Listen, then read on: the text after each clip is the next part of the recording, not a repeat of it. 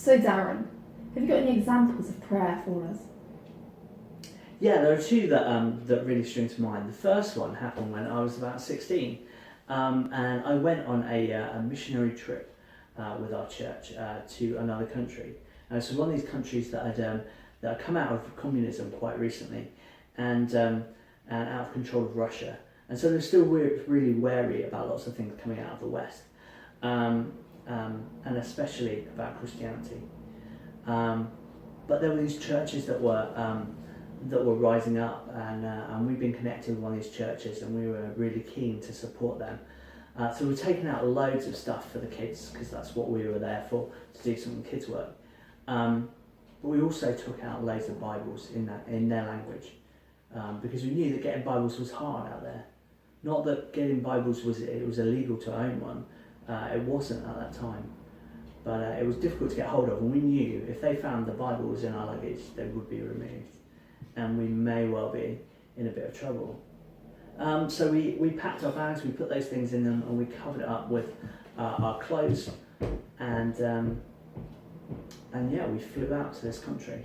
And as we landed, and we start going through all the customs checks and border checks, we noticed that there's just one person who is checking everyone's passports, but also going through their luggage. And every single person was having to open their luggage out and to go through it. And we thought, oh no, what's going to happen?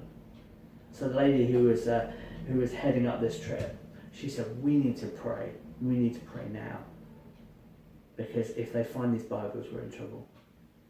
And so we did. We're standing there in the line, and we're praying and we're praying, and gradually we're getting closer and closer to the front, closer and closer to them finding these Bibles. And they were still checking everyone's luggage, and we're still praying. And then as we get to maybe one or two from the front, suddenly a lady's there opening another booth up. And she beckons us over, and we go up to her line, and she looks at us, she checks our passports, checks that we are who we say we are, and then she stamps our passports and waves us through.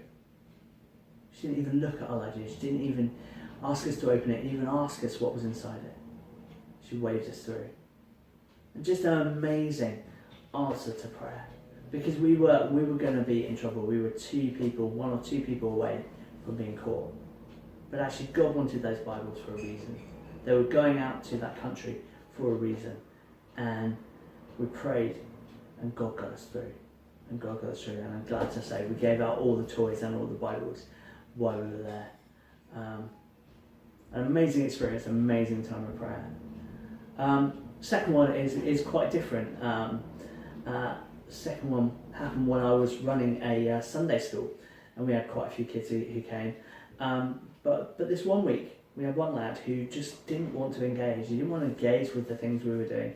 In fact, he spent his whole time sat under a table. And I wondered what was going on with him. So when we got everyone busy with doing some activities, I went over and I chatted to him. So I went and sat under the table with this lad. He's probably about 9 years old. And I said to him, what's up? What's up? And he said, oh, it's rubbish. God doesn't exist. Okay, why do you think this? Oh, well, I prayed that it would snow and it didn't. Okay. So I started to explain to him why God might not have answered that prayer, how, a lot of people, snow and ice is not helpful for them getting around and doing things. And then, I can't explain quite why, but these words came out of my mouth that I immediately wanted to pull back and grab hold of and make sure no one ever heard them. Because the words I said were, let's pray that it snows this week.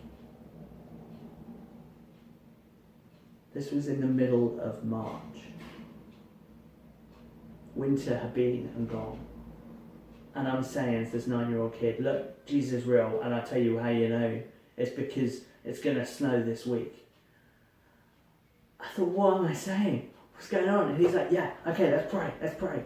So we sat there under that table and we prayed that it would snow that week in the middle of March. He was quite happy after that. He went and joined in with all the activities. Meanwhile, I'm having a proper panic on.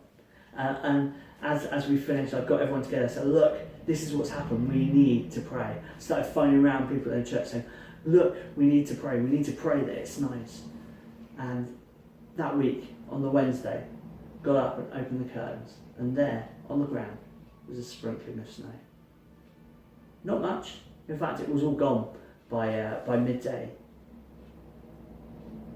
But it snowed after we prayed. And it seemed to be localised just to our local area, which is where I lived and where this lad lived. And seeing him the next week, he was like, it snowed, God is real. And I was like, yeah, I know. And I don't know who was more amazed, him or me.